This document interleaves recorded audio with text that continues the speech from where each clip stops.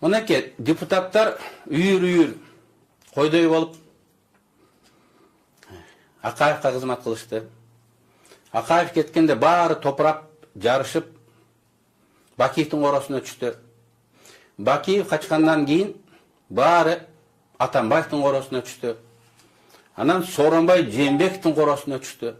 Так ошолор бүгүн Жапаровго кызмат кылып жүрөт.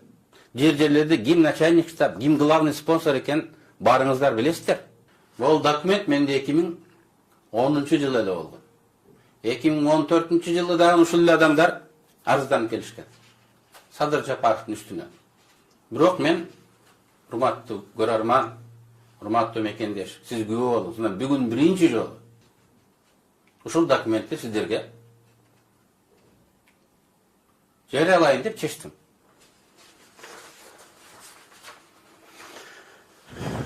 Атажурт партиясынын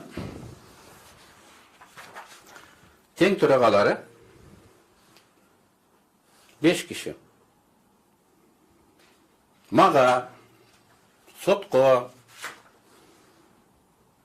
Жапаровдун өзүнө кайрылуу жасашкан. 15 документти тиркеп. Кайрылуунун мазмуну мындай. Темишев деген ошол кездеги партиянын төрагасы мындай деп айтат. 2010 жылдын 7 майында биз келишим түздүк дейт. Атажурт деген партиянын төрагасы мен элем дейт. Келишимдин негизинде партияны 2015 жылга чейин Ташиев. Ассаламу алейкум, жалпы кыргыз элим. Сиздерден жардам сурап кайрылып жатамын. 3 баланын жалгыз бой энесимин.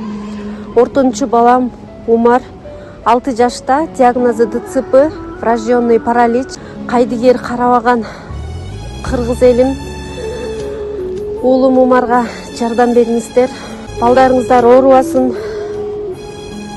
Жараткан Аллах Таала өзүнөн башка эч кимге муктаж кылбасын. Уулум Умардын жок дегенде отуруп калышына жардам бериңиздер.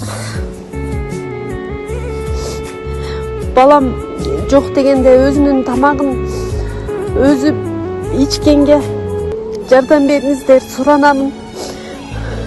Уулум Умарды таштабаңыздар.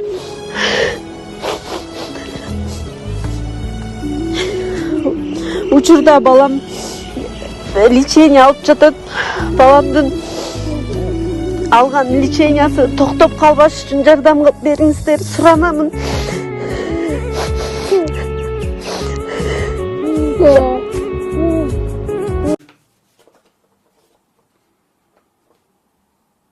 Жапаровдарга арендага берген дейт. Шумдук. Төбө чачың тик турат. Журналисттер айткандай шок. Дүйнөдө мындай болгон эмес. Саясий партияны 5 жылга ижарага берип жатат. Ижара акысы да бул жерде жазылган. Атажурттан депутат болгон ар бир адам үчүн партиянын Ош шаарында ачылган РСК банкынын төмөндөгү эсептик шотуна ар бир өткөн депутат үчүн 10.000 Америка доллары төлөнүп берилет деп турат. 5 жылдын ичинде Атажурт партиясынын тизмеси аркылуу 40 адам депутат болду. Ташиев, Жапаровдар мага 400.000 доллар карыз. Ошол карызды өндүрүп бериңиз деп мага жана сотко мен жана айткан 5 күн төрага кайрылып отурат. Партия арендага берилип, арендага алына турган буюм эмес. Партия бул идеялаштардын, тилектештерден түзүлгөн күрөш, саясий күрөш үчүн, максатка жетиш үчүн түзүлгөн ыйык коомдук саясий уюм. Эгер партия сатылса, демек аларда идея жок. Партия сатылса, аларда тилек жок.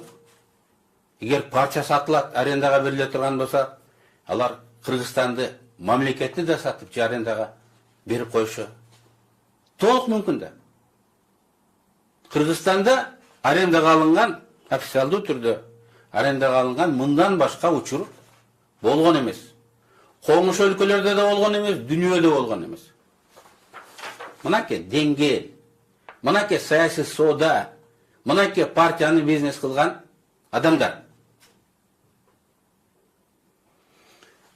Мен фактылар менен айтайын. Садыр Жапаров саясатта 10 жыл деген өзүнүн китебин жазган.